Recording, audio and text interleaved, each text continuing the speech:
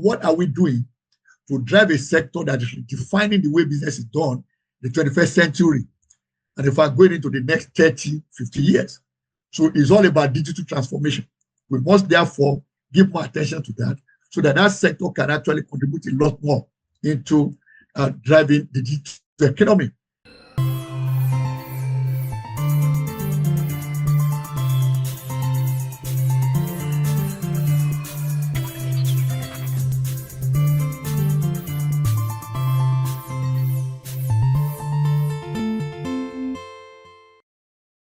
You're welcome to the Economy and Politics Conversation. I'm Ottoabasi, Abasiekong. This edition will discuss Nigeria's third quarter 2025 GDP report, understanding the next drivers of growth. My guest joining me virtually is now Professor Biodun Adedipe, an economist and founder of BA Consult. It's great to have you, Prof, on the program. Happy New Week and congratulations on being a professor. Well deserved. Thank you so very much. I'm happy to be with you, and they're always interesting conversing with you as well. Yes. Thank you for having me. Thank you, Prof. So let's begin from the assessment of the third quarter 2025 GDP report. Of course, we've seen that there were growth drivers, agriculture, information and communication technology, trade, industrial activities, manufacturing, real estate, and financial services, amongst others. It clearly showed that the non-oil sector is driving the growth. And I know that over time, conversing with you, you've always talked about critical sectors like agri, manufacturing, and ICT driving the economy. What's the assessment of that GDP report, and what are those next drivers we should expect for the next quarterly GDP report? All right, thank you so very much. To start with, is to note that the growth rate in the third quarter of 2025 is slower than what we had in the second quarter of this year. For those who have looked at the data on GDP growth rate in Nigeria for decades, that is an interesting departure. Now, I qualified it with the word interesting deliberately, so that doesn't sound negative, all right? Yes. Typically, the Nigerian economy historically will gather speed in the third and fourth quarters. So, and that is why in doing outlook for the economy, we usually wait for the third quarter outcome and then use that now to review the projection from the half-year position. Yes. So having a little dampening from 4.28 to 3.98% growth rate is somewhat worrisome for me. But when I look at the drivers of that, what happened, like you said earlier, what were the drivers of this very growth that we saw?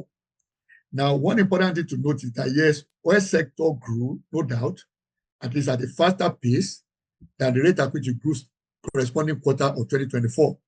But at the same time, there were some developments within that sector. The, strike action called by Pengasan, that disrupted production for a couple of days, and that also impacted production that had been growing steadily since the beginning of the year. All right. So that, in a way, yes, the oil sector grew quite all right. But when you look at the production data, it was tempered a little bit in the third quarter. And also, if you look at the price of crude oil in the international market, usually we rely on the data published by the Central Bank of Nigeria, which being the accountant of the Federation. Of course, we give you the actual figure received, not what we see on the spot, globally. If you look at the price trend as well, it gives you an idea of what happened in that sector, which now explains what you said. The non-oil sector became even more dominant in the third quarter of 2025. So we saw a percentage of 96.56% of contribution of non-oil sector to the GDP. That has been a trend we've seen in recent times. But if you look at that as well, industry and agriculture both grew. But interestingly also, I want to point this out. You mentioned it also, but I want to interpret it. Crop production was very, very significant. In fact, it was the largest contributor to our GDP. And what does that mean? I will play that against the rate of inflation. Historically, what happened about this period in 2024 and what has happened so far in 2025 with respect to that. Now, intensified crop production has actually brought the salutary effect of increase in food availability. which in fact has helped to dampen food inflation and also at the same time brought the contribution of that particular subsector out of the 46 activities being tracked by MBS to what we see today. So now, going forward, because the question really is what are the growth drivers expected for the quarter we are getting into. Now, I put those growth drivers as simply, we still expect growth in agriculture. And why is that so? Because there are new investments in the agri sector, a whole lot of new investments by domestic investors and interestingly, foreign investors too. Even in food crops, not just cash crops now, food crops, okay? Which means investors are responding to the size of the market and the food deficit that has been a major problem of the economy. So we expect growth also to be driven by new investors in that sector. We expect also real estate. And why do I say real estate? If you look at the trend, real estate has become more important from number 6 contributor in the preceding years now to number 3. And that's quite strong. But why is that so? 2 important reasons. One is for those who invest in real estate as a store of value. But there's that expectation that that sector will likely change next year as a pre-election year. Okay, where there will now be a need for politicians that will go campaigning to cash out. So a lot of people are getting that space in readiness for that. That's on the one side. Then there's also speculative investment in the real estate sector. So if you look at those two, they are driving that sector, and that sector will continue to be important going forward. Of course, finance and insurance, that is given. Both of them are under recapitalization right now. And that also shows, in fact, it should be mentioned that when you look at all the sectors in terms of growth rates so far this year, the first 3 quarters of this year, finance and insurance has been the fastest growing this year. We take the average growth rate for first, second, and third quarters of the year, and that is quite interesting. So we expect that sector to also be a driver of growth in the economy. And then, of course, I will pick out as well transportation and storage. Now, which also showed strongly in terms of growth rate, first 3 quarters of the year. If I came second, when I look at the average for the first 3 quarters of the year, question again is, why is it so? There's a fresh and growing demand for storage facilities, especially warehousing. And that is a major factor in that particular sector that is driving growth. And we expect that to continue to intensify as the economy is growing. Let me also to mention mining and quarrying, which showed as number 4 in terms of growth rates average for January to September 2025. We expect that sector also to continue to, be a strong contributor to growth. And of course, the big one is the non-rest sector in terms of export, which is on the back of unification of the exchange rates, making Nigerian exports cheaper. And then a lot of effort being made, not only by government in terms of incentives, even major financial institutions. I won't mention their names, but at least I've been involved with 3 major financial institutions in Nigeria that are now strongly focused on non-real exports in terms of financial and support for exporters. So when you look at all of these, in my own estimation, these are what will drive the growth we expect in the 4th quarter of this year, going into 2026. Yeah, thank you very much, Prof. I mean, agriculture, real estate, financial and insurance, transportation, mining and quarry, and of course, you talked about non-oil export. We also expect that the ICT should still have its role in that.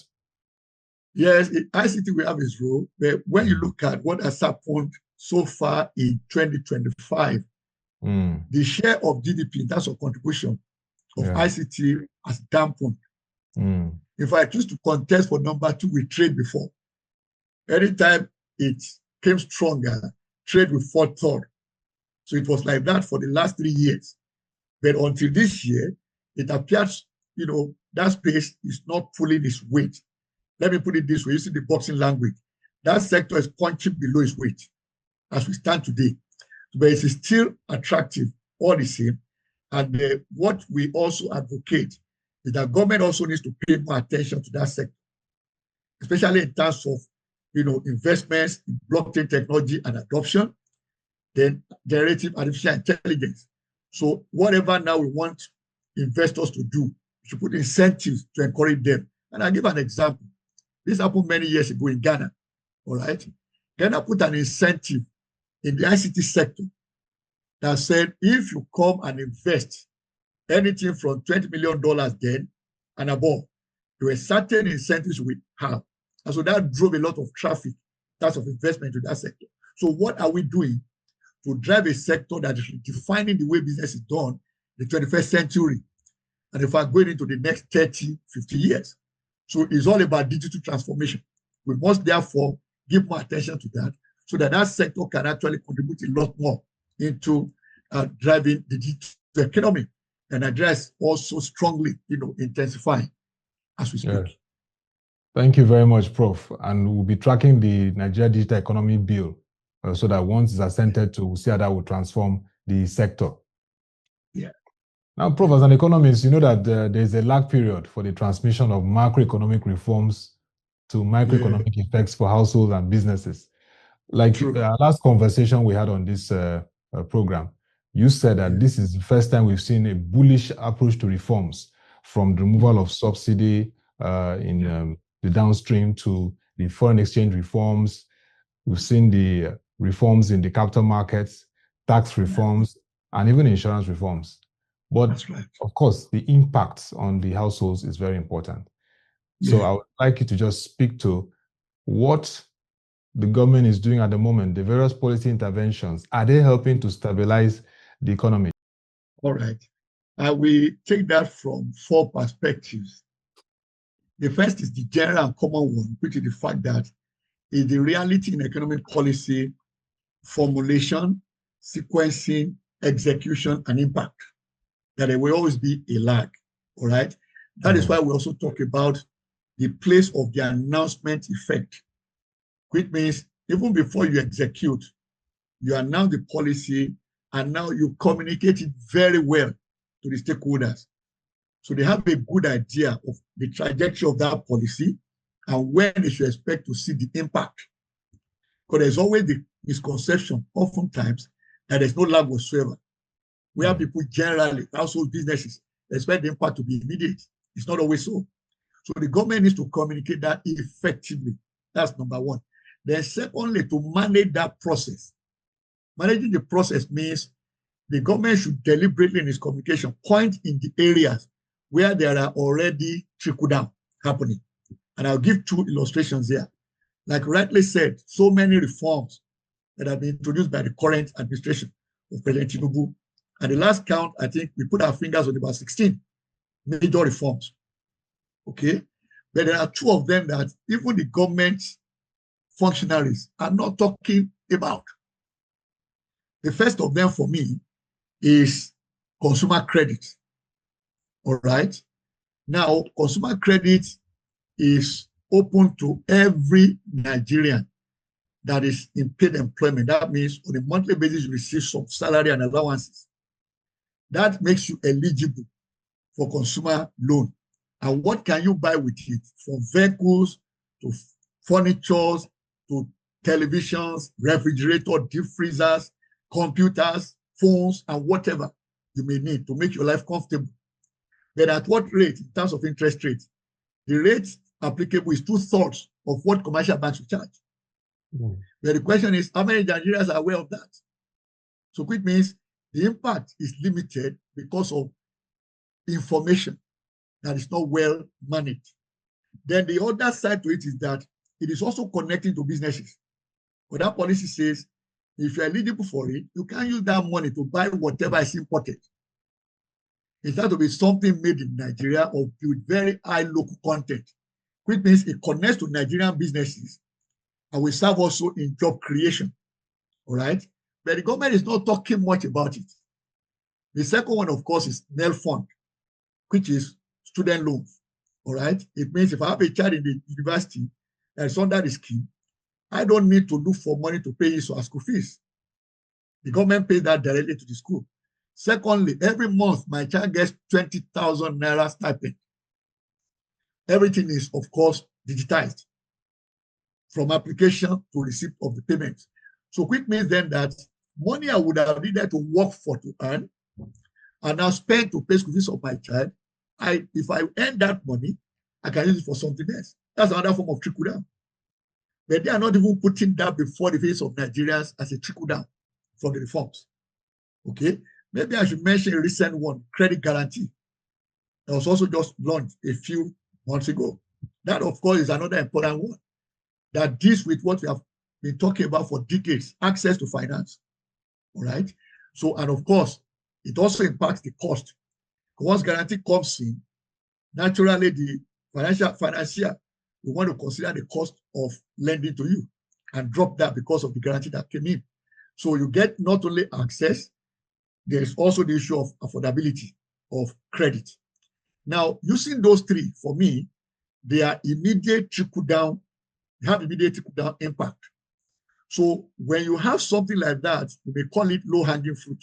The government should let people know about that. Awareness is one, and the more people are aware of it, the more they take advantage of it.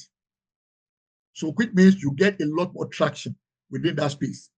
Now, after communicating, I also believe quite well that government should remain committed to and focus on the reforms, because it is normal for economic actors to complain when things change. All right. But the reality of reform is that it will tend to benefit some actors, and then they seem to take value away from some actors. So, but this also needs to be well communicated, and also the stakeholders enlightened. Take, for example, if there is steady power supply, that's my typical illustration, steady power supply 24/7. That means those are in the business of importing, manufacturing generators. They are business with that one. That's the way it goes. So if you invest more in that and power becomes stable, then backup will become almost irrelevant. Maybe also the issue of energy transition. If we are going in that direction, and government puts incentive more into that area, more investors go into that, we now produce more of these various equipment for alternative energy. That means that sector will again become strengthened. And of course, those who deal in other alternatives will again find market moving away from them. So the government needs to be more intentional in its communication. Then, of course, coming back home to those impacted, as you asked, businesses, households. In an environment of reforms, there is an inevitable need to reset priorities. That's the way I look at it. But it is so easy to say, oh, we can't feel the impact of the reforms. But whenever there's reform, it means the way you had been doing things before will be different. Just like we say now, the world we live in, we call it the panic world. The world is brittle, it's anxious, it is non-linear, and it is incomprehensible. So the word non-linear there in the banning simply means that what I did yesterday to put food on the table for my family is not what I would do to get food on the table for my family today. So in which case, I interrogate the environment, reset my priorities, change what I do, change how I do them in order to remain relevant. It's just like we said about AI as well. I can use that to illustrate this. Okay? People come on and say, oh, artificial intelligence will take people's jobs. It's not correct. It will take anybody's job. But if you refuse to use the tool, it will take your job. Which means the responsibility is now on you to learn how to use AI tools. That's what it means. But if you refuse to learn how to use those tools, certainly you become irrelevant in the emerging world. So it's not AI that therefore took your job. You lost your job because you became careless. You didn't upskill. All right? The same thing applies to businesses. 2 years ago, AI was just in conversation. 2024, adoption began and deployment. 2025, adoption, deployment became more intensified. So businesses that will lose out again are like individuals. Businesses that refuse to adopt and deploy AI tools will lose out in the emerging world of business we are in. So the same thing applies in an environment of reforms. Everything comes down to transformation. So in which case, how do you respond to that as a household and as a business? And that's the question I ask myself as a businessman. What do I do for BA to remain relevant in another 10, 20, 30, 50 years, even when I'm no longer alive? So those are the kind of things I expect the business person to do, resetting priorities. Okay, Prof. Very important. Prof, in 2 minutes, can you tell us what are those structural challenges that needs to be addressed with what we've seen now? Because once those structural challenges, you keep talking about them. Even the central bank governor in his speech, they're giving direction to monetary policy for 2026 at the bankers' dinner. 60th, talked again about the issue of ensuring that while they are doing their monetary policy part, the structural issues must be addressed. Yeah, must be addressed. Yeah, very excellent question.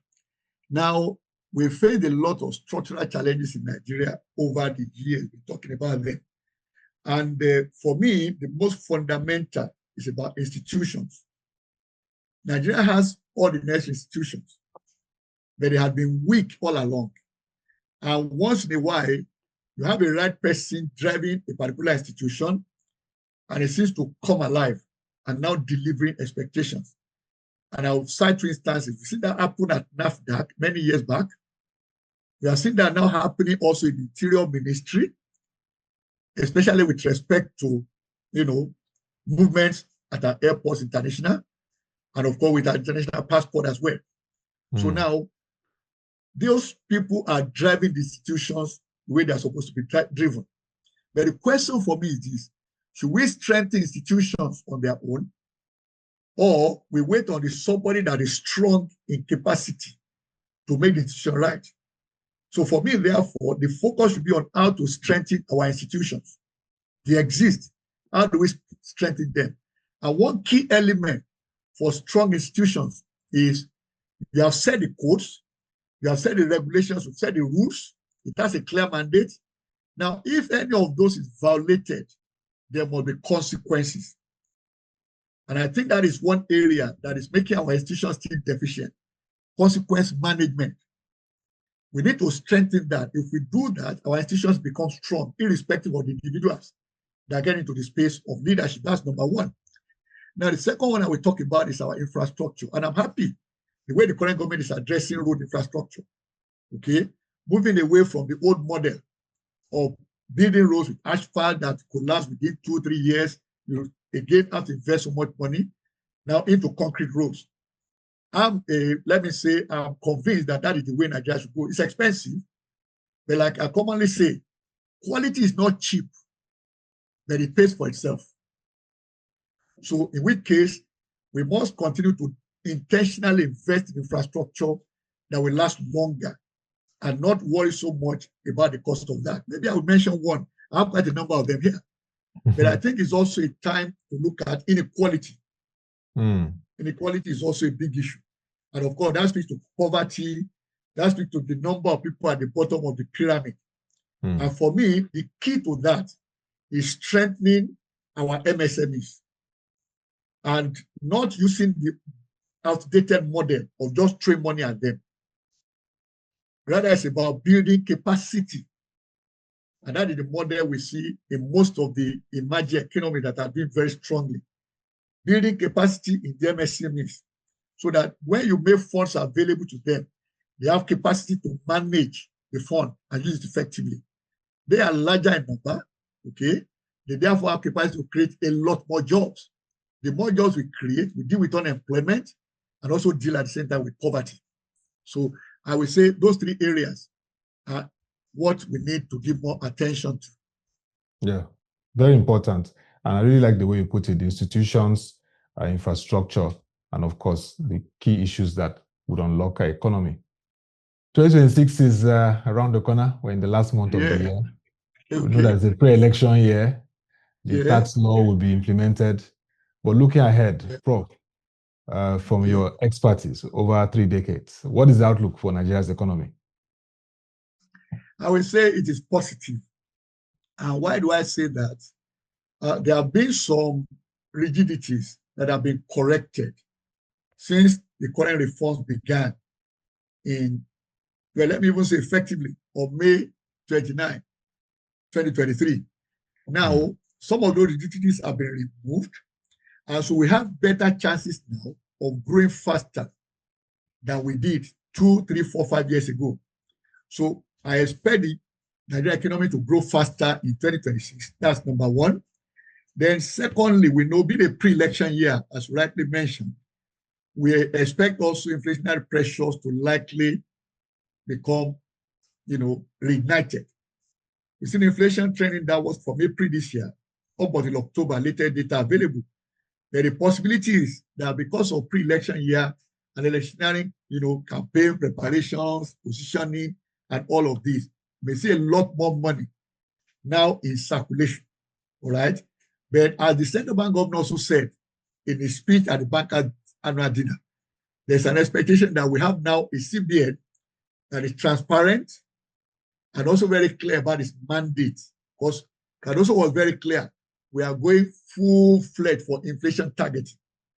So, in which case, we have a confidence that on the side of the monetary authorities, they will also manage liquidity effectively. So that will help us to some extent to contain inflationary pressures we expect next year. So, and now looking at other major indices, I also expect, and that is as of today, okay, and that's the way I normally put it, unless there's a thunder strike. But if there's no thunder strike, the pointers are that there is likely to be a sustenance of the current policy regime. And if that is sustained, we may not see investors troop out, which means the interplay between capital inflows and outflows may not reverse in 2026, which means we may still have an external sector in Nigeria that is stable and strengthening, as we have seen our external reserves, even in our trade data, and of course, the rest of them. So I expect a positive year for Nigeria in 2026. Faster growth, and of course, positive that we see currently. Only worry and concern is inflation, being a pre-election year.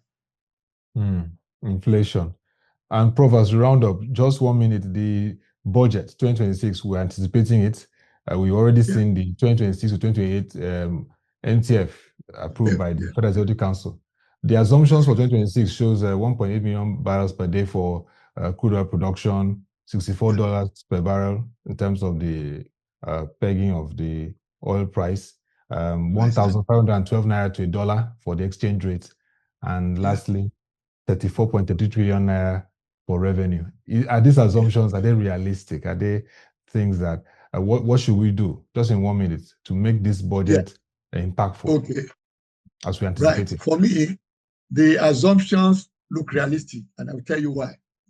Now, if I pick the oil production assumption at 1.8 million barrels per day, that is not too distant from what we achieved in the third quarter as reported GDP, report, which is 1.64 million barrels per day for the third quarter of this year, average.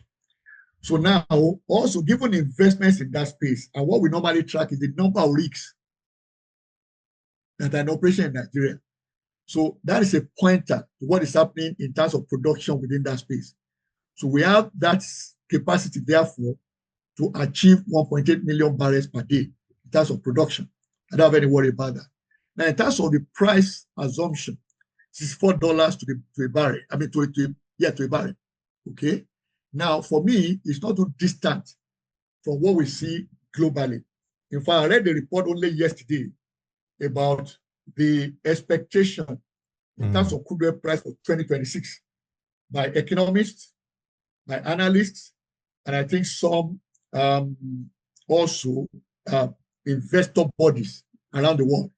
And what I read in that report is that there have been a dampening of expectation for next year from $72 per barrel to $62 per barrel. Okay, in the light of geopolitics, the impact of tariffs, and the rest of it expected for 2026. So if most analysts around the world are looking at $62 per barrel as an average globally, and also coming back home to Nigeria, Bonny Light is a premium crude. It commands a higher price actually than Brent. Yes. When you look at the oil data. So that means for me, therefore, 64 is not too far from the general expectation of $62 per barrel. So that's why I see that also as realistic. And then coming to the exchange rate, yes, currently official rate is about 147 something thereabout. So pitching at 1512 for me is again realistic because our own projection in PA Consult is around 1,549 naira to the dollar for 2026. So for me again, it's not too distant from it. So we can argue around it, above, below, but it's not too distant from what we expect to be a consult for 2026. So to that extent, therefore, I see it as, a set of realistic assumptions. Now, coming to the revenue expectation, 34 trillion. Of course, if you look at now on the expenditure side, we will see whether there's a gap. So what will be important to us is if there's a gap between revenue and expenditure, we expect that anyway. It's normal for a government that is interested in growing the economy aggressively. Then we also be concerned about how that is funded. So if the funding is largely project loans, that will be fantastic for Nigeria. So in which case, whatever we borrow will be used to deliver infrastructure projects, which of course are a major driver of economic growth. So for me, that will be the right direction. Then I will also now follow with the question from where? Because if you borrow money and it is Eurobond, we know that's expensive. Okay. Yes. If you borrow from multilateral institutions, we know it is long term, long tenor, and very cheap. We call them concessional loans. So that would be more interesting to me, if that is the way it is funded. So those are the questions that we follow when we get the full budget itself, out for debate. Thank you very much, Prof. And like Proche will always say, we must move from income-centric to asset-centric. So unlock value from assets so we can have more inflows to fund our budget deficit. We hope that the government will take this more seriously in 2026. Well, thank you very much, Professor Biodun Adedipe, founder of the BAA Consult, Biodun Adedipe Consult, Associate Consult, for this very insightful analysis on Nigeria's third quarter 2025 GDP reports and understanding the next drivers of growth. Thanks for sharing the insights on those next drivers we should watch out for, which we'll keep track on. And also, just to tell you, Merry Christmas in advance. Thanks for these insights, Prof. We'll continue to engage you. Of course, next year is very good, interesting one. But thank you always for giving your insights on the economy. Thank you. Thank you for having me. I appreciate the time we spent together here. Yes, thank you very much. To our viewers, if you want to get further insights on this conversation, visit the Proche website displayed on the screen and the social media platforms to engage further. Till we come your way again, keep tabs on socio-economic developments around you. I'm Ottoabasi. Thank you for watching and bye for now.